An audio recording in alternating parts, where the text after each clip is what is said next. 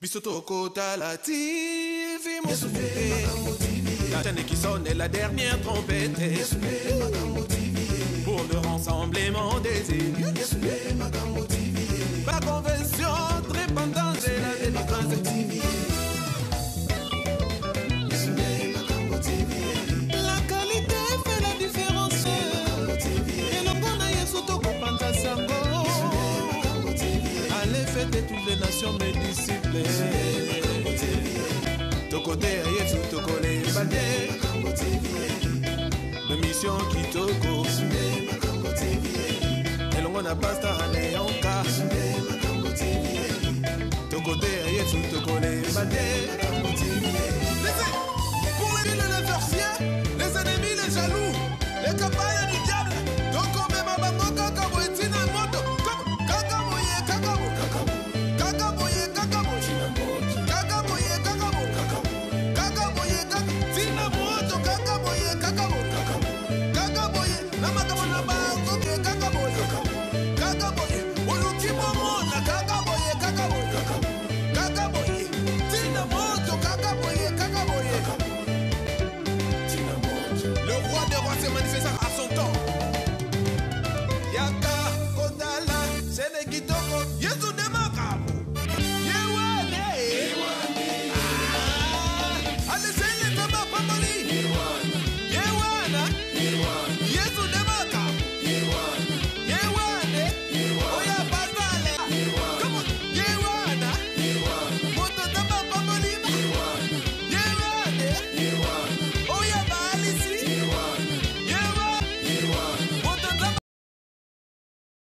Bisoto Kota la TV, mon soufflé.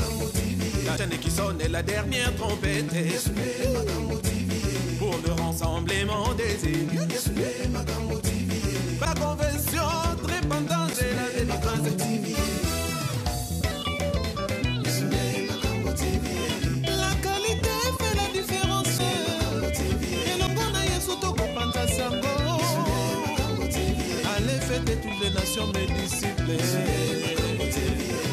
Tokote ayesu tokole bande. La mission qui toko. Elongo na pasta ane yonka. Tokote ayesu tokole bande. Pour les villes et les sorciers, les ennemis, les jaloux, les campagnes du diable. Toko me mabango kakabo etina moto. Kakaboye kakabo. Kakaboye kakabo. Kakaboye kakabo. Kakaboye kakabo. Tina moto kakaboye kakabo. Kakaboye namakabo na bango ke kakaboye. Kakaboye oluki momo na kakaboye kakabo. Kakaboye.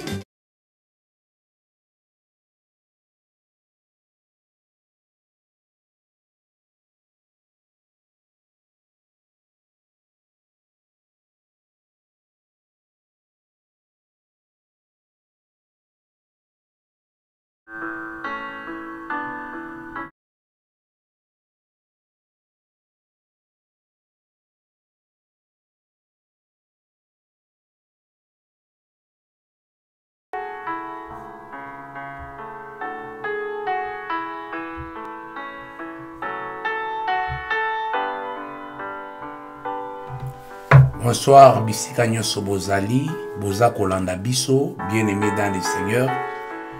Toza bien et belle na kati ya studio na biso, comme bokoki ko remarquer yango na Yesu nde Makambo TV.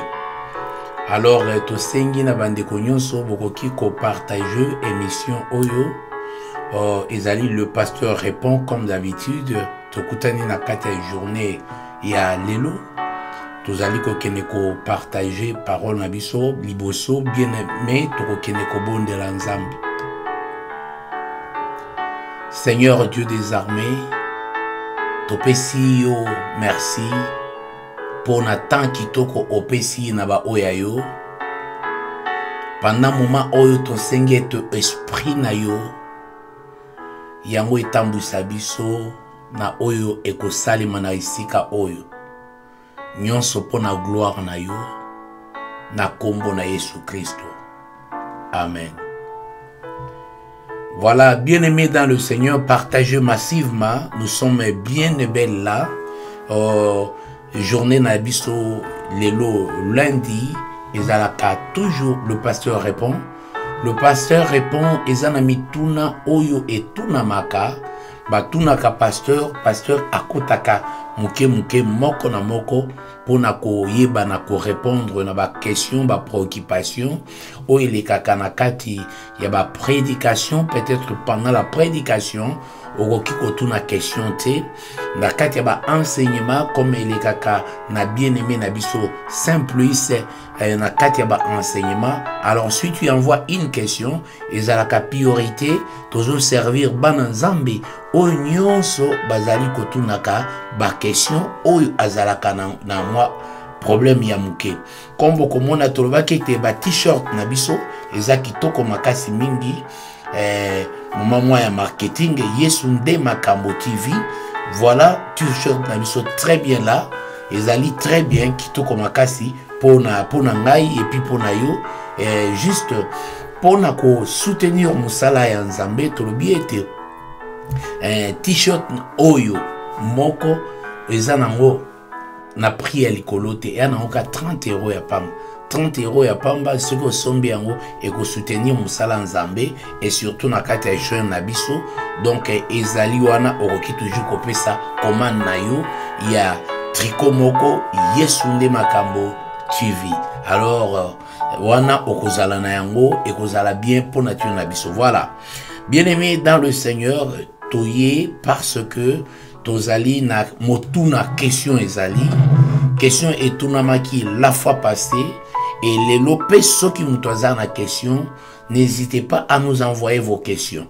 Ceux qui ont une sur ma question et que tous ont temps malade pour nous répondre afin que on comprendre très bien par la grâce na connaissance pour Nzambe azali ko transmettre et pas nabiso.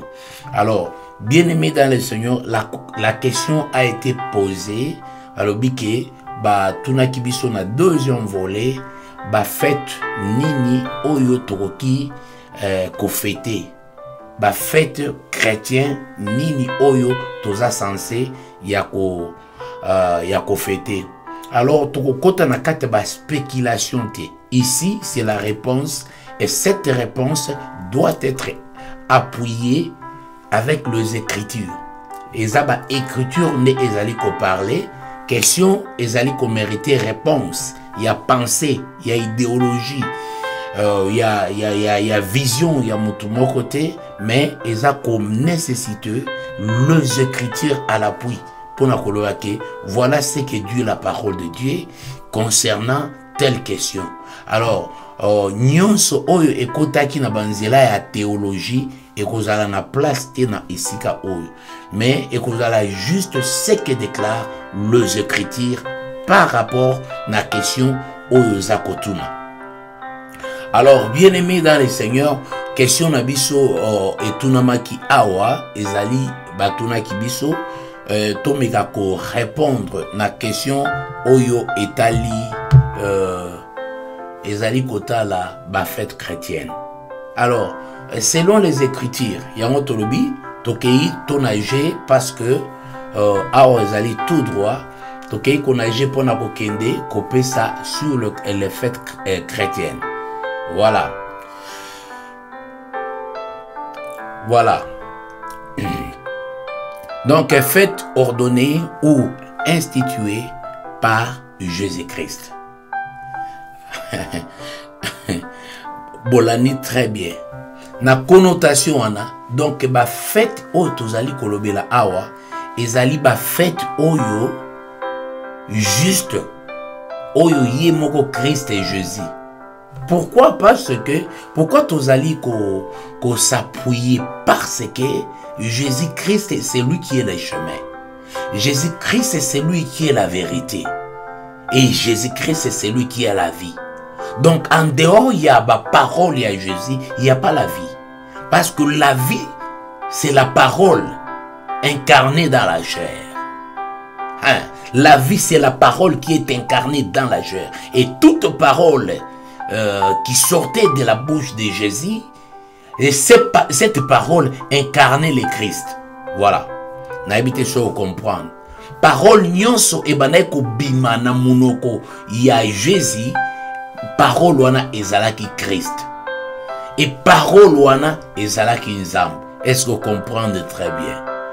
Alors c'est pourquoi biso tozali bato yo totatonaka te, tozwaka toza kokende kozwa parti par là te pona kosala ba fantaisie. Nous allons nous arrêter à la pensée de Jésus-Christ par le Saint-Esprit. O alobaki na biso ke voilà na kotinde la bino molimo mosantu tango ye akoya koloba pona ngai, akoya koloba pona Christ, akoya ko enseigner bino et kolakisa bino lisusu koleka lorsque l'esprit de vérité viendra. Et c'est pourquoi il faut faire très attention. Maintenant nous sommes à la phase, parce que na premier volet, tout d'abord avant d'entrer na vif ya sujet, na premier volet il y avait les 10 commandements. Les 10 commandements que Bana Israël batamboli na yango, mais au temps de Jésus, il n'y avait plus 10 commandements. Maintenant, le 10 est englobé en 2. Et je pense bien que l'enseignant, notre frère, sans plus, azali ko kende na 10 commandements wana na moko, mais ceux qui vont comprendre yango très bien, na kolanango à la lettre, vous allez comprendre que ce n'est pas le 10 commandements, il ne parle pas des 10 choses différentes, il parle que des 2 choses. Ou soit, na on simplifie yango, alobaka eloko moko. Mais, azolo bango na ba facette ebele, azolo bango na ba dimension ebele.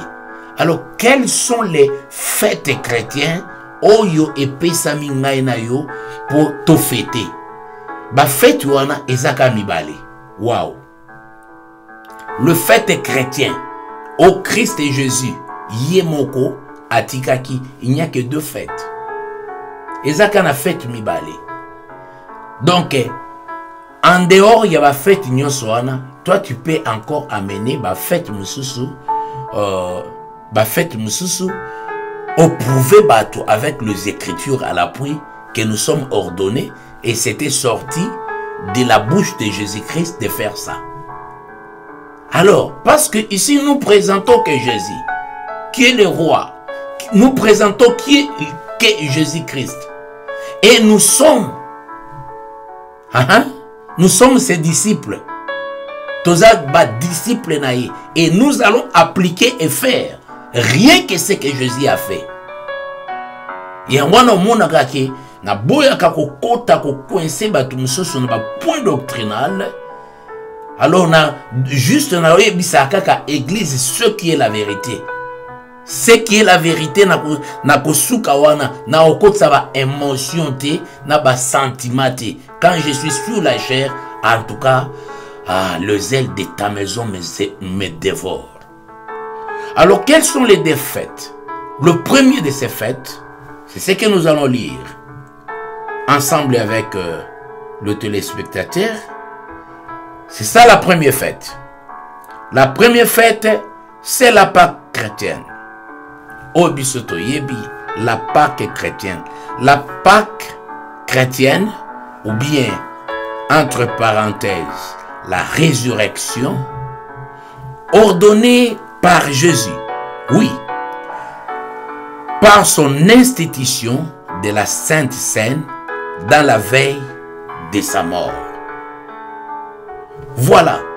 Donc, Pâques défouetté, ordonné par Jésus-Christ lui-même. À la veille de sa mort, Jésus a ordonné la célébration de la Pâque. Écoutez très bien, awa nazali ko s'adresser na batu ba fanatique te, batu ba émotion te, ba copiste te, batu ba linga ke soki na lobi boy batu ba okima na église tokotika la muke, je suis pas là-bas.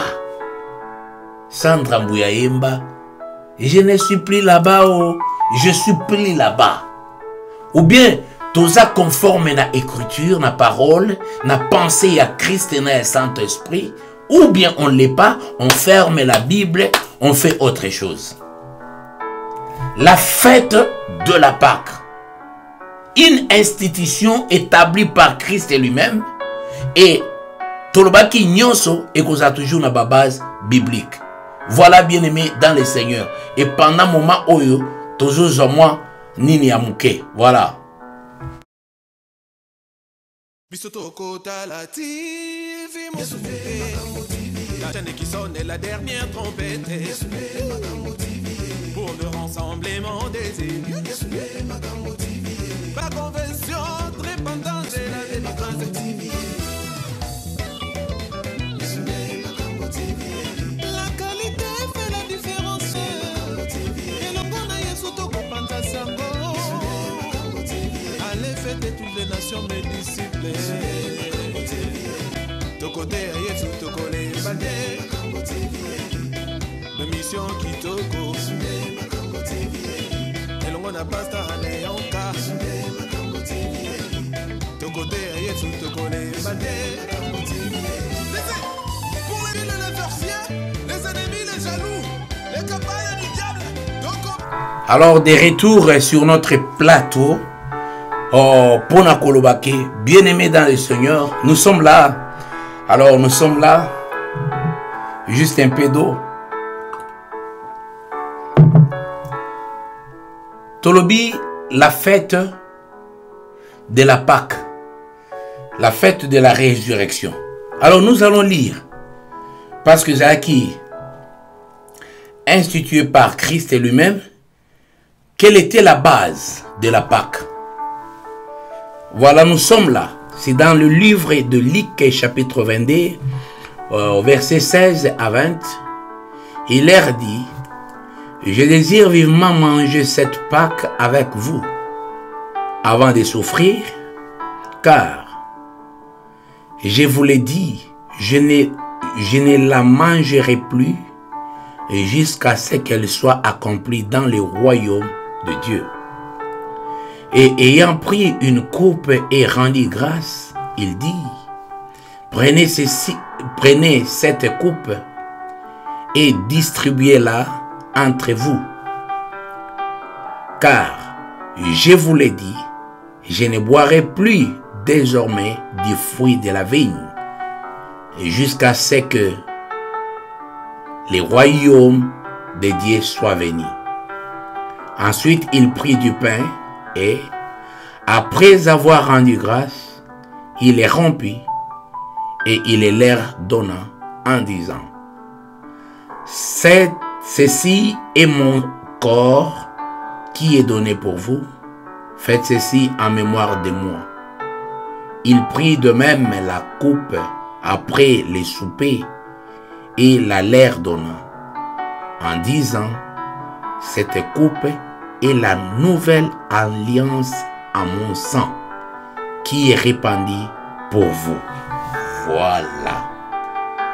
Voilà, bien-aimés dans les Seigneurs. Tolobaki toko répondre question avec une écriture. Voilà Jésus-Christ a aussi implanté décor. Il y a institution. Il y a Pâques. Et à rappeler ce qu'on a 1 Corinthiens, à Yébisibisoke, faites ceci toutes les fois que vous vous réunissez en mémoire de moi. Bosala yango en mémoire de moi. C'est pourquoi la Pâque est la plus grande fête que les chrétiens oyo bakoki parce que fête oyo ezali kolobela bosekwi na ye la résurrection. Et vous verrez le deuxième fête parce que Jésus a ordonné seulement 2 fêtes. Sur toute l'étendue de la Bible, il a déclaré seulement 2 fêtes. La première, ezali fête oyo tolobi, la fête de Pâques. Oyo toti kolakisa ao. Mais cette fête symbolise la résurrection du Seigneur Jésus-Christ. La résurrection de notre Seigneur Jésus-Christ. Voilà, bien aimé dans le Seigneur, la résurrection. Voilà. Alors, nous allons encore prendre la deuxième. Fête Yami Balé Ezali Fête Nil. On prend ça. Voilà. Ezali fête, c'est la fête. Il y a baptême, le baptême. Ordonné par Jésus, base biblique, vous pouvez lire. Dans Matthieu chapitre 28, verset 17 à 20. Quand ils le virent, ils se prosternèrent devant lui, mais quelques-uns aient de doute.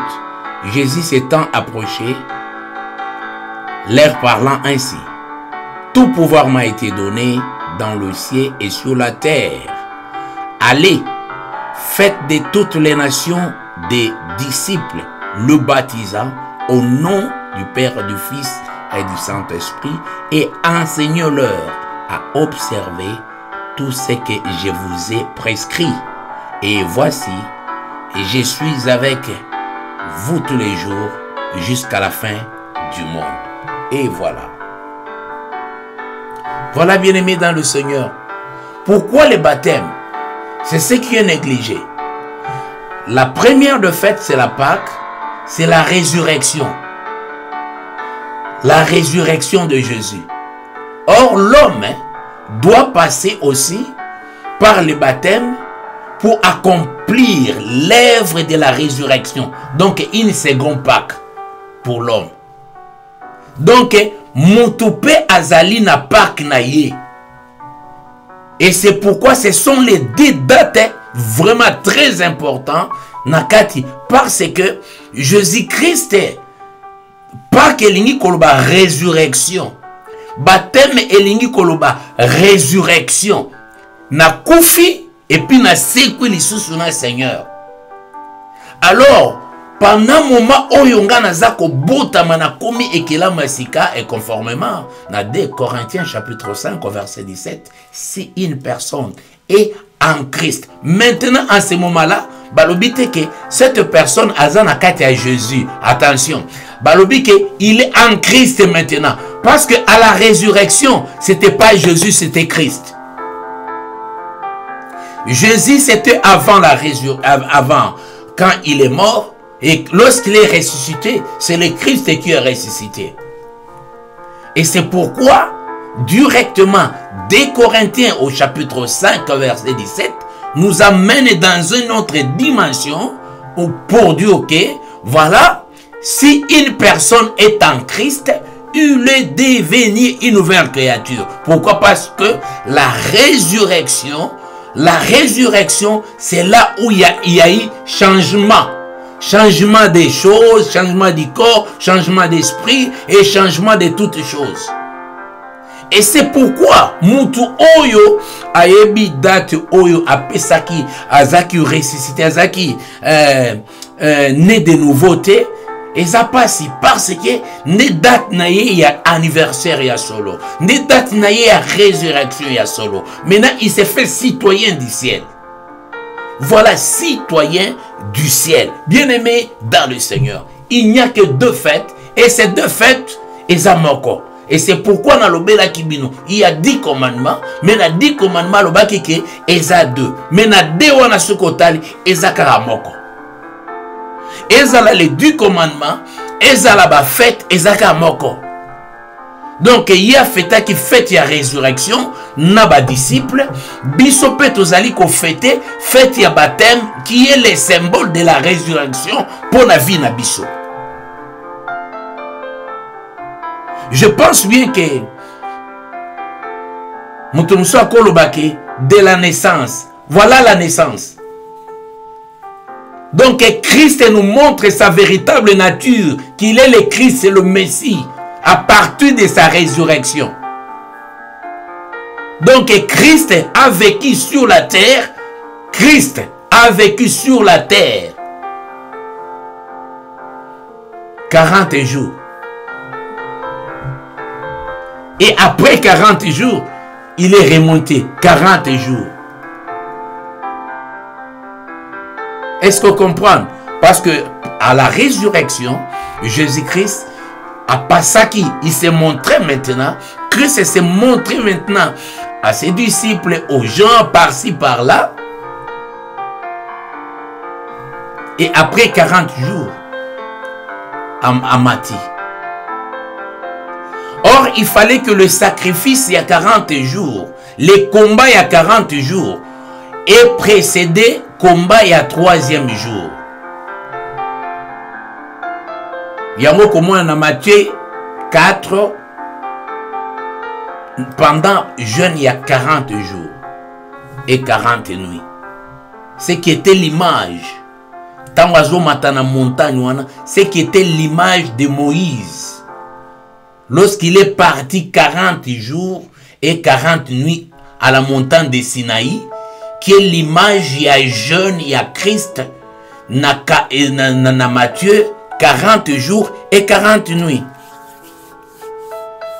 Et lorsqu'il descend là-bas, beaucoup de symbolisme, après la descente, Moïse a qui seulement à 2 tables. Et beaucoup de monde, avant veille, il y a Jésus, Bakangaye, Azana symbolisme, il y a 2 choses. Il y a le pain et le vin. Il y a toujours 2 choses. Et nyonso et se réduire. Même le fait, il y a 10 commandements, mais il y a 2 dons de la grâce. Voilà. Maintenant, il y a 2 fêtes, mais les tout, c'est un. Et c'est résumé que moi et le Père, les 2 personnages, et nous sommes un. C'est-à-dire à ce moment-là que les chrétiens, bakangami bakutani sikoyo, bangona Christ bakomi nzoto moko. Tokomi nzoto moko na Christ. Nous sommes ressuscités avec le Christ. Nous sommes ressuscités avec le Christ. Voilà, bien aimé. Ça, c'est une vérité. Donc, mokolo ya baptême netiba oyo, c'est la grande fête qui est négligée que ebongi que toutes les misayango en tant que chrétien pour na koyeba que eza journée na biso ya valeur, eza journée na biso ya alliance, eza journée na biso ya changement, eza journée ya ba na biso ya changement. Et c'est pourquoi vous verrez que dans kati même ya ba église, c'est que nous disons que binzambi au niveau ya catholique, quand il y a le baptême, c'est la fête. Parce qu'au vrai sens, c'est ça la fête chrétienne. La naissance. C'est ça la naissance, il y a Christ.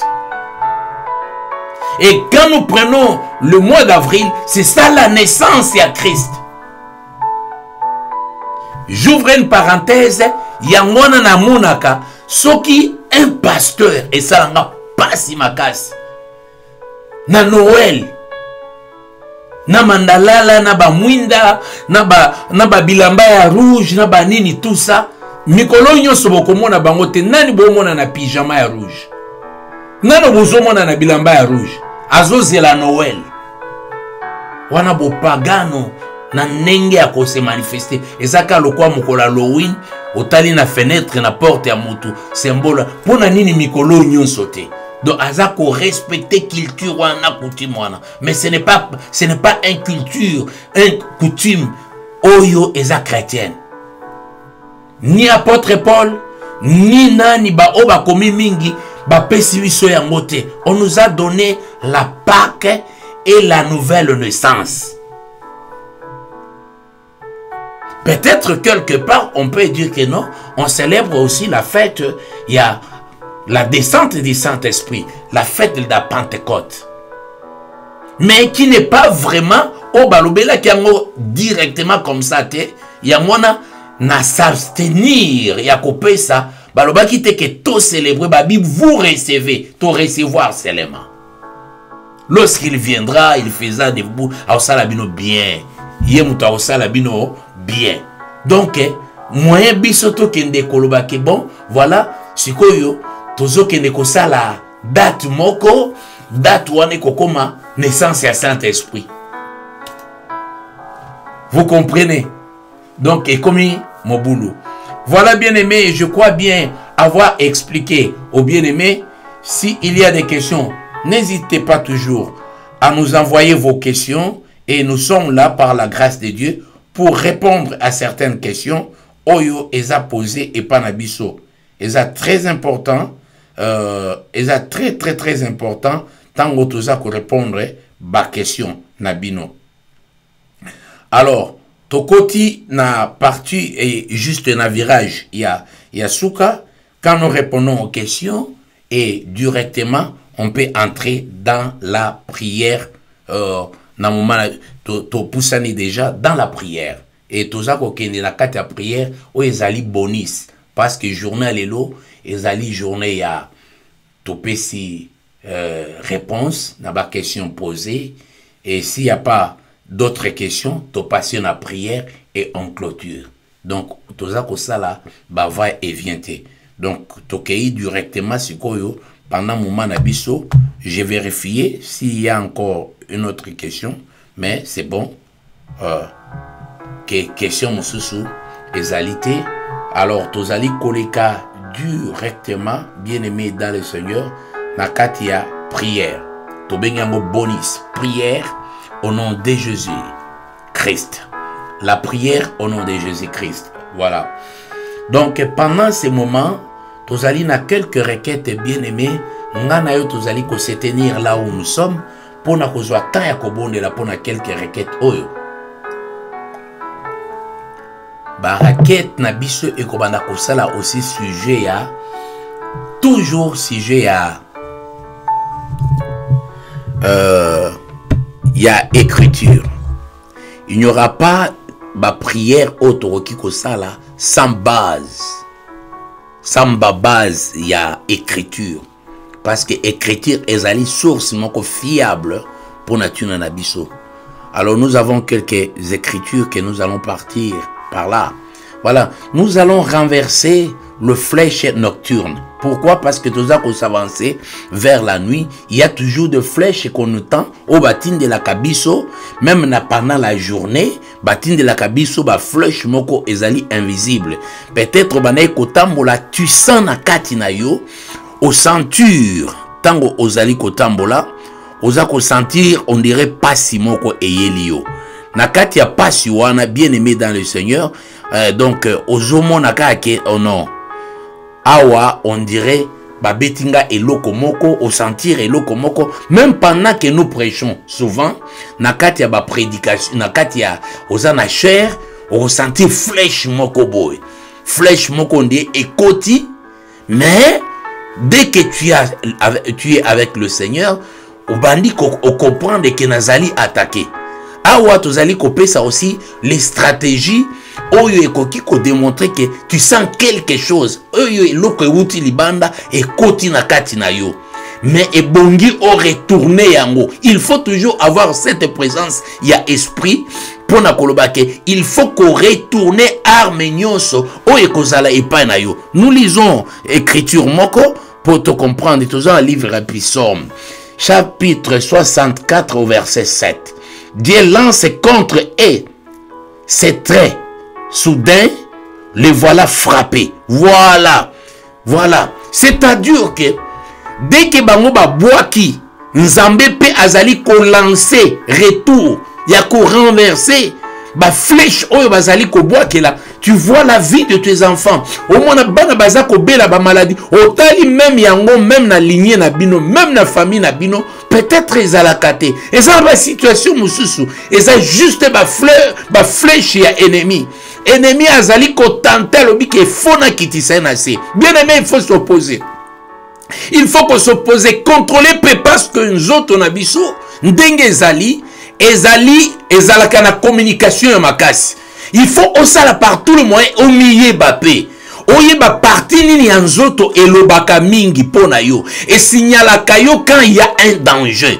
Quand il y a quelque chose de l'extérieur. Oye uti libanda eza kokota na kati na yo. Et tu le sens bien aimé. O ceinture yango kotike lango tante. Zongisa yango. Balobi ke nzamba si apesi biso capacité wana. Ya ko retourner yango epai ya moini. Bien aimé, ozomona santé na yo ça ne va pas. Bien aimé, oyebi bien olali na butu omonique tu as été attaqué. Ozomona bilongi ya batute. Mais olamuki na tongo ceinture ke santé moyen zalité. Zongisa yango. Zongisa yango yoza dépôt ya ba situation na bango nyonso te oyo bango bazali na yango il faut basala nini ba ya babanda ko bwaka yango epai na yo. Alors pendant moment où je t'invite bien aimé, le Saint-Esprit t'invite bien aimé, ya kokende bien aimé, ya kokende ko détruire yango, ya kokende ko zongisa flèche na ebiete alléluia na ebiete bakana babi muto azali kaka na te tozali alléluia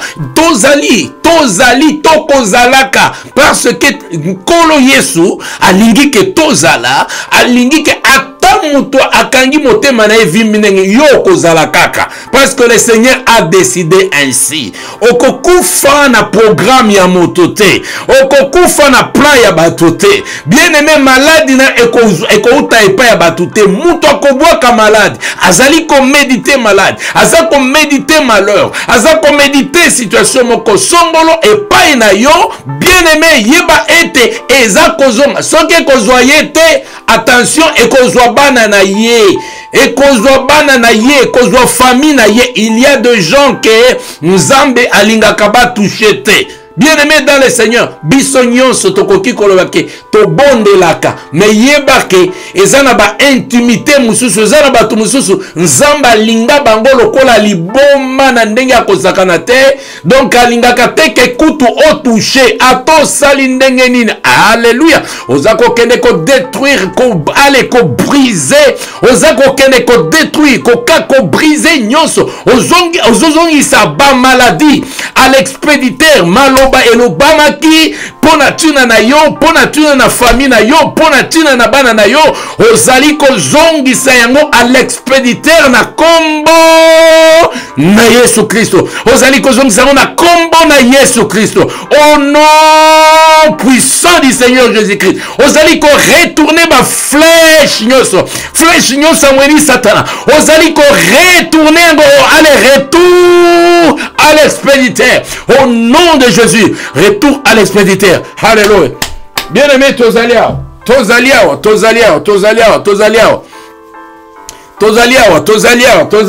Kende ko bondela nzambe na yo. Kende ko bondela nzambe na yo, bien-aimé dans le Seigneur. Kotika esika mokote, kotika la mutu esika te. Mutu mokote azana monopole. Alléluia.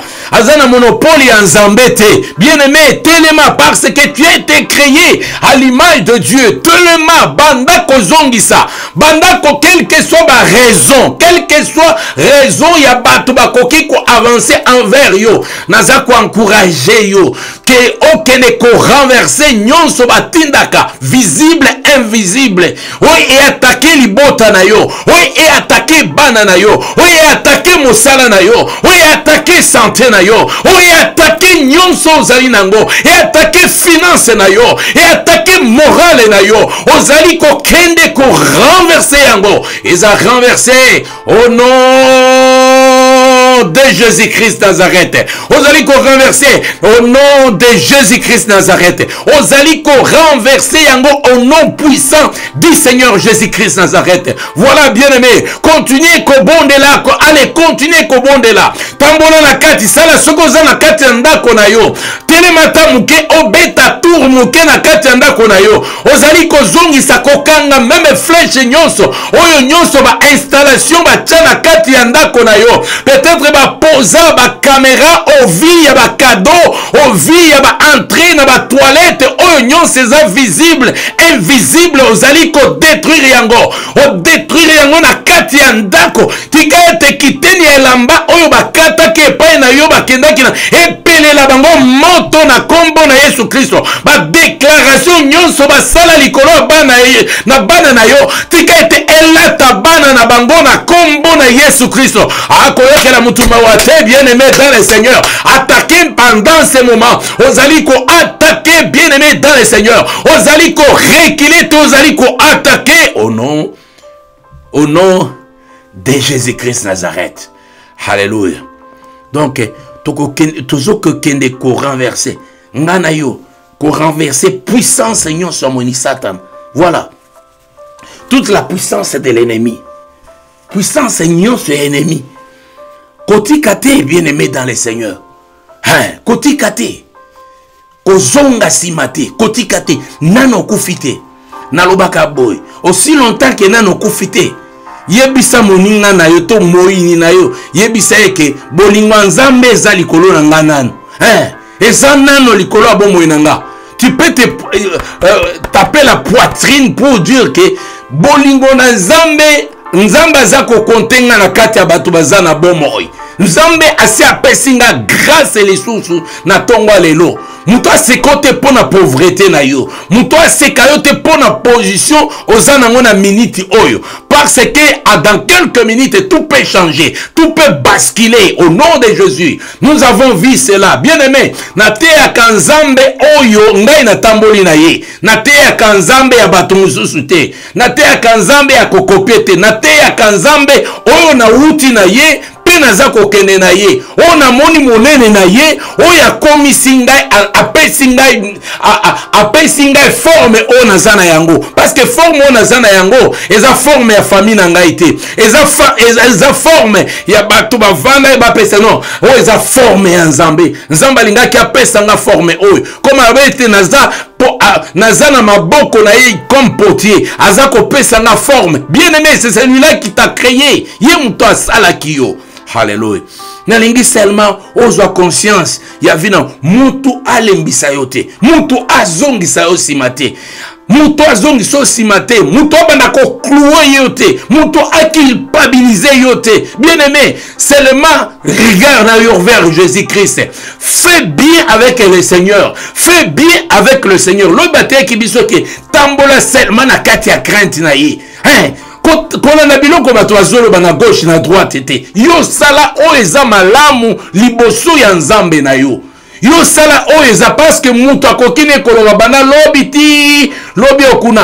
kuna oyoka pe yepe akufi munoko etika pole bien aimé dans le Seigneur miso na yo regard na yo kobanga na yo kotambola na yo vers Christ c'est celui-là qui t'a créé batu nyonso tokutana na biso na se amoi.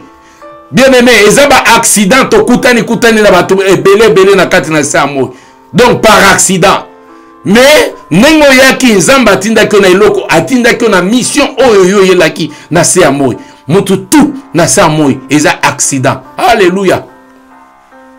Alléluia. Pour mutu apona kite aye ba parachita ki na kati ya famille moko songolo, na kati esika moko songolo.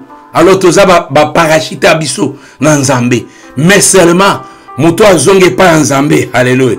Muto azonge pa nzambe azongi azako ke nzamba azako inspiré ye pourquoi akelaki ye pourquoi nzamba lingaki azal. Voilà.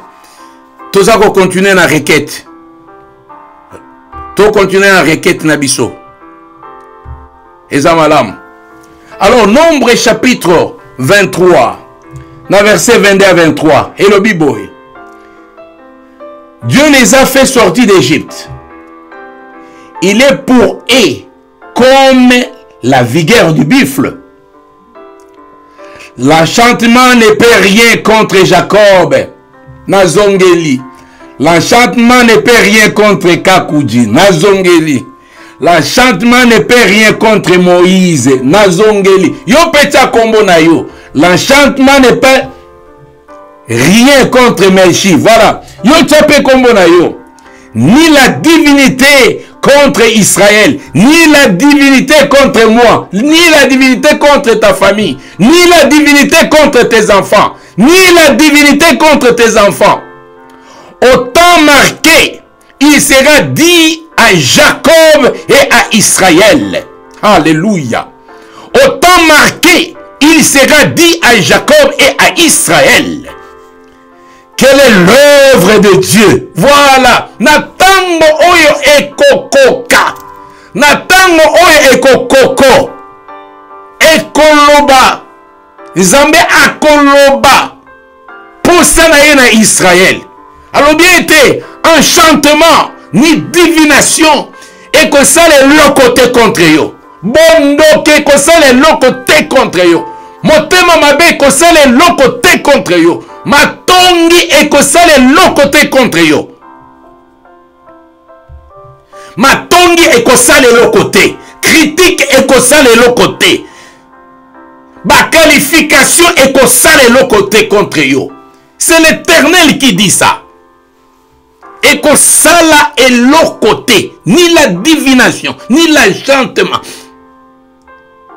ni la pauvreté, ni la haine, ni les rancunes, ni la colère. Toutes ces choses. Et que ça là est l'autre côté. Aussi longtemps que Ozana Nzambe à solo. Aussi longtemps que tu marches avec Dieu. Aussi longtemps que tu es un enfant de Dieu, véritablement appelé par Dieu. Yango bien-aimé dans le Seigneur. Dans le moment où requête ozali kotato la qui passe mon côté et koki kokamba bomo kosimba bomo inayo. Passe mon côté koki ko yako vanda kosala et ye ko vanda et pas na kati ya ndako na yo. Jamais luvunu. Oza koloba luvunu lokuta makasi. Ozali ko kende ko détruire ko ale ozali ko kende ko sala déclaration prophétique. Cette déclaration prophétique pour nature na vie na yo contre ndako na yo zali ko ça pas si mon côté na kombo na Yesu Kristo pas si mon côté alléluia pas si mon côté bien-aimé dans le Seigneur pas si mon côté na kati ya ndako na yo pas si mon côté na kombo na Yesu Kristo ozali ko kende ko bonde la bien-aimé dans le Seigneur ozali ko kende ko ozali ko kende ko prophétiser ozali ko kende ko annuler lobama loba kitoko pona tuna na bomo inayo lobama loba kitoko pona tuna na bomo inayo lobama loba kitoko pona tuna na bomo inayo bien-aimé dans le Seigneur ba message mingi yo kaka ba message wana ekonda na kaka yo peza ko kitisa kondima na yo e komi ko kipabiliser yo okomi mutu akipabilité ozomona ke yo nde oza mutu peza mabe la Bible déclare tous ont péché et sont privés de la gloire de Dieu mais ce message est pour renforcer yo que mets-toi encore debout mets-toi debout l'état est encore là naota ekoloba bien aimé tango toza kobona naota ekoloba ke aussi longtemps tu te réveilles le matin au moni ozako au souffle de vie bien aimé yeba ke nzambe ozana plan ya nzambe parce que souffle wana ka nzambe muto asimba kayango ezala moto akanisaki ezala moto alobaki ezala monde ya ténèbres ezala nani bakoki te soki nzambe a décidé le côté et puis loba boye ete yo souffle ya vie na yo yo ko quitter monde oyo ezali seulement décision ya nzambe ye moko ni la sorcellerie ni les magie ni quoi que ce soit ni les sorts ekoki ko simba yo te ekoki ko simba bana na yo te ekoki ko vana na kati na yo te ekoki ko vana na kati na yo te ekoki ko vana na kati na yo te au nom du Seigneur Jésus-Christ de Nazareth. Voilà. Eza attitude oyo yo obongi ozala na yango. Oyo yo obongi ozala na yango. Ozana non attend. Nzamba pesi autant. Nzamba pesi autant. Crois que tu es un enfant de Dieu. Bien-aimé, témoignage à malam. Ezali témoignage à Saint-Esprit au travers Yomoko. Soko zeli muto apesa témoignage à bien pour nature na yo okozela mingi, okozala étouffé. Marche toi-même avec le Seigneur. C'est pourquoi makambo nzambe, le salut est individuel. Ozala unité de mesure par rapport à ton cœur. Motema na yo moko. On s'est examiné comment tu marches avec le Seigneur. Est-ce que tu crains le Seigneur? Est-ce que tu marches dans la vérité? Peu importe ce que les gens peuvent dire. Peu importe, bien-aimé dans le Seigneur. Mais fixe tes yeux vers le Seigneur. Yamwana okoyoka ke otelemi. Atolingo vana otelemi. Oui. Nazana droit pena telema. Nazana droit pe le quoi souffle de vie ezali. Sokina osali mabe. Répands-toi bien-aimé dans le Seigneur. Zongana nzela ensemble. Et Nzambe a accompagné yo. Bien-aimé dans le Seigneur. Réveille-toi, toi qui dors. Réveille, relève-toi. Si tu es tombé tellement bien-aimé dans le Seigneur, laissez les hommes te condamner. Laissez leur condamnation de la même manière, de la même mesure. Ils seront mesurés de la même manière. Mais toi, avance avec le Seigneur. Mais seulement crains Dieu. Marchez dans la crainte de Dieu. Voilà, bien-aimé dans le Seigneur. C'est ça la vérité. N'a prêché l'évangile, bien-aimé dans le Seigneur. Il y a 30 ans maintenant. 30 ans, 35 ans. Je suis dans l'évangile. En train de prêcher la parole de Dieu. Déjà plus de 30 ans. Côté ya kaka liloba nzambe oyo. Komona makambo ebele. Babengaka liloba nzambe la bonne nouvelle. Soki nouvelle oyo ebandi kokoma ka ya mabe. Ya mabe. Ya mabe. Eza sous bonne nouvelle te. La bonne nouvelle. Oyo kotelemisa otango lembi. Tango kwei eza kosenga muto apeso loboko alobi telema. Apeso makasi. La bonne nouvelle. Avec de bons actes. Et accompagner yango. Voilà. Toujours qu'il y a un verset moussoussou. Alléluia. Alors, nakati ya buto lelo, nakati ya vie na yo, ezalaba na yo, protection par le feu du Saint-Esprit. Et que fait à molimo mo santo. Et que ba nako protéger bino partout et sika bino bokozala. Zacharie chapitre 2 verset 5. Je serai pour elle, dit l'Éternel, une muraille de feu tout autour, et je serai sa gloire au milieu d'elle. Est-ce que verset et salut au bien-té? Toujours la bonne nouvelle. Bien-aimé, ceux qui se mettre d'accord au marché avec lui, d'accord, par sa grâce.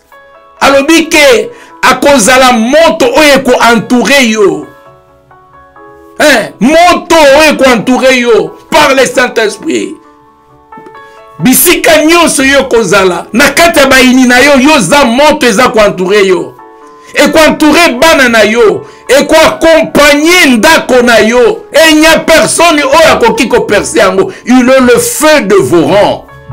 Il va dévorer tes ennemis. Il va dévorer tes ennemis. Bien-aimé, ne t'inquiète pas. C'est un Dieu puissant. Bien-aimé, ceux qui croient que Nzambo azali tellement monene, aza tellement monene, aza tellement puissant, aza tellement puissant, et il est le créateur de toutes les choses, de tout ce qui respire, qui bouge. Bien-aimé dans le Seigneur, tu as ces dieux-là. Et Nzamba na biyende papa na yo. Ne crains pas, kozala kobanga elokote. Kobanga elokote. Longola kobanga. Soki lozana elokote. Nazako yeso une bonne nouvelle. Avec le Seigneur. Ozana eloko. Ozana eloko. Ozo eloko. Ozo eloko. Crois seulement. Crois seulement au nom de Jésus. Crois seulement au nom de Jésus-Christ. Payons mon cause la capacité à la pauvreté, l'élo. C'est aujourd'hui que la pauvreté prend fin. Aujourd'hui. pas demain, aujourd'hui. Dans une décision que pauvreté, Ezaïe Elamba, na longoli yango na boaki yango. Boaka yango musika. Et que maladie Ezaïe Elamba na boaki yango na longoli yango. Na changé Elamba mususu. Bien aimé, ozako boaka ozako longola. Eza lokola Bartimée, azako boaka kazaka wana eke musika. Parce que ba kazaka eza ndenge belé. Soko ozana yango ya Bartimée, eza ba ndenge na ne boaka yango bien aimé dans le Seigneur. Ozali ko bois kolobi ke parti à l'éloge point na kufina noté na zana na bomoy. Bien aimé, cette vie eza pour na diplôme te. Vie oyo ezali pour na tolobi ete batu batanga te, ote bobo na bo. Non, ce n'est pas seulement le diplôme. La vie c'est autre chose, bien aimé. La vie c'est autre chose. Oh, la vie c'est Christ. Une fois Christ azana katina, bien aimé, oko respirer. Oko respirer, batu bako kota makita, batu bako sala ndenge nyos, aussi longtemps que Christ azana katina yo, oko respirer, oko sekape, oko sepela pe, parce que Christ a kosakate. Et loko ngana linga tata wana, po atuna kanaye mutute, ako tuna voisin tonanite, sangona yo, yangona ngana lubake, soko miloteli ndoto koto zalaki, omoninga na kati ya ndoto na yo ezanga ete eza makanisi na yo banaye komona nga tant mususu yo mutozo rêver ngai po ngai na Christ tokopiraka direct papa na mwana. Alors voilà kondima na nga yo longola ngote. Bien aimé dans le Seigneur, zala na kondima ya ndenge na yo, zala audacieux na kati ya foi na yo, na kati ya foi na yo. Mais aucun makasi na Christ et Jésus de marcher dans la sanctification et dans sa crainte. Bien aimé, ce que bouquet en vie de prière, méditation de la parole, bilo konyon soana, ata mutoye kolobelo na langue nini, louvunu ko croire et tu verras toi-même. Santé plus, parce que santé même ya libanda, ya kati ebimaka même libanda. Okomona paya ke non mutoyo aza penza na santé. Aza penza na santé ya bi. Alors ozako kende kobonde la bien-aimé. Nous sommes vraiment arrivés à la fin. Ozako kende kobonde la nzambe na yo. Ozali kotika butu alelo na kati na loboko na nzambe. Ozako kende kopambola ndako na yo. Ozako kende kopambola batu nyonso bazingi zinga na yo. Ozako kende kopambola bango, opamboli bana na yo, opamboli pe mosala o ezali kosalima awa bien-aimé dans le Seigneur. Kende kobondela to bondeli na kombo na Yesu Kristo. Seigneur Dieu des armées, to pamboli kombo parce que obandi pe ozali kokomisa biso na suka nzambe. Pambola mama moko, papa moko. Pambola ndeko moko bisika ya zali o azana mbeta hôpital na longoli na mbeta hôpital na kombo na Yesu Kristo oyo azalaki na esengote na zongisi esengo na place au nom de Jésus. Allez, reçois ça. Ozako recevoir yango au nom de Jésus. Eza tikota kozako recevoir esengo. Oh Seigneur Dieu de gloire, na pambolio Saint-Esprit parce que na moment oyo oza à l'œuvre, oza en action, ozali kokene kosimba kotrang o changer makalisia bato telemisi muto alembaki o telemisi déjà. Oyebise que non azana no na vie, azana no na mokolo, azana no na temps. Soki ya ko se repentir, soki ya koyamba yo, azana no na temps, azana no grâce na yo ezana no likolo na ye, condamnation nyonso ezaki na kati na ye, culpabilité nyonso olongoli yango na kati na ye, a se sentir pepele, a poussa na liboso na yo Christ et Jésus, a poussa na liboso na yo Christ et Jésus. Alléluia.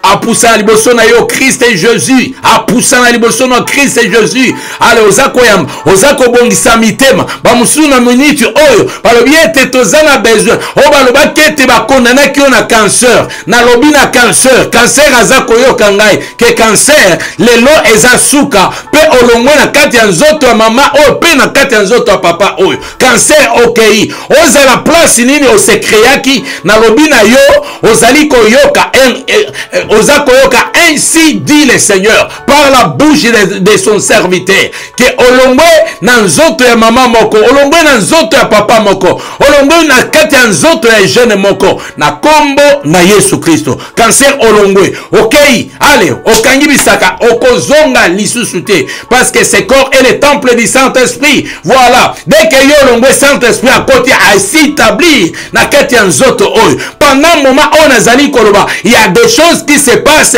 Oyo moto azalaki peut-être batiaki liboso na yo, ba accident na nzela mobembo na yo, na déplacer accident nyonso liboso na yo, na kombo na Yesu Kristo. Nazali ko déplacer ba montagne nyonso bateli yo, batela yo ba limite na kati ya vie na yo, batela yo ba limite na za kolongola ba limite nyonso batia na kati ya vie na yo, na longoli yango na kombo na Yesu Kristo. Yamba yango ozali ko franchir, même na kati ya finance, même na kati ya santé, même na kati ya ndako, même na kati ya nyonso kosala. Bien-aimé dans le Seigneur, ozali susu na ba territoire o ezali ko prendre contrôle na yote. Ce qui va tia eloko moko na se ya mai, na kei na kiti na se ya mai, parce que naza na pouvoir, tout pouvoir m'a été donné. Na kiti na se ya mai, esika eloko na yo ezalaki, na kei na zui yango na se ya mai, na zongiseli yo, na zongisio na ba droit na yo, au nom de Jésus-Christ de Nazareth. Nazali ko zongisa yo na ba droit na yo, tu as droit à la vie à cause ya sacrifice ya Jésus-Christ. Tu as droit à la vie. Bana bazaki bien te, nazali ko zongisa ko manipuler mutu ya bana ko zongisa ngo na esika na yango normal, au nom puissant du Seigneur Jésus-Christ.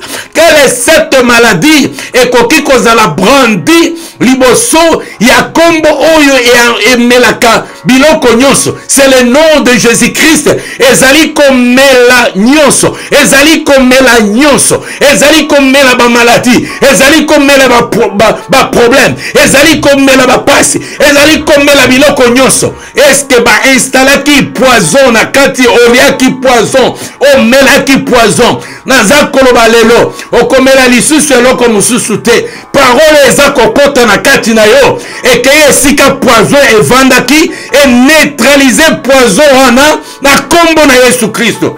Voilà. Voilà. Biso toza batukaka tolobi esalami. Voilà. Oza kobetela nzambe maboko. Tolobi esalami etondimi. Voilà. Voilà bien aimé. Voilà au pambola milelo. Une bonne nouvelle.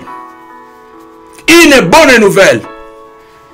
Donc, place ya kozala à tout moment. Pour na koyoka makambo ya bien. Oye kote misayo. Oye kote okipabi. Oye kote le misio. Hôtel Mobi na zamu tu na kati ya bato nzamba kelaki. Voilà. D'autres pambate. Tikete nzambe na lola. Aye bana ko pambola yo. Yo mutolandi yango. Yo muto partager yango. Nzamba aye bana ko pambola yo. Tolobi na bato bakota ki na retard. Voilà tozana polo na biso. Yesu nde Makambo TV. Voilà. Donc 30 € kaya pamba pour na soutenir musala nzambe parce que soko sombi o soutenir musala nzambe. O soutenir musala nzambe en tout cas qualité za kitoko makasi. Ozomona ndenge ebimisi moto na nzambe ebimisi pe moto na nzambe. Yesu nde donc to tambola to lati ba griffe ebele pamba pam. Ah to lata siko griffe ya Yesu. Yesu donc to lati Yesu nde Makambo. Donc tozo tato la moke Yesu nde na minute oyo nde Makambo. Yesu nde Makambo. Voilà. Yesu nde Makambo. Allez, Yesu nde Makambo TV. Voilà, nzamba ebana kopambola bino tokutani lisusu mikolo mokolo ya mercredi kozanga te tozana professeur na biso alobaka bien moi na biso Papa Simplice Konjo alobaka bien afungolaka makomi akendaka mitungisaka Saint-Esprit apesa e mozindo po aya amema biloko wana ezala kitoko na baoba kolia yango oyo kape mabomba mi voilà oyo ka mabomba ni ba penser Nenga lobaka, alobaka, malembe. Donc tout est grâce. Mercredi, à partir à 19h30, ne manquez pas. Vous allez connecter, brancher. Na bien-aimé Nabiso, Simplice Konjo. Et le mercredi à 3h du matin, toi na prière ya bilombe. On est ska to toka ka to renversaka. Ba forteresse, ba montagne, bani. 3h du matin, ba maman oyo, ba maman audacieuse, wana ya mabondeli ba pika pende, ba kolamuka, na ba tata wana. Donc tokutani lisusu, mokolo ya,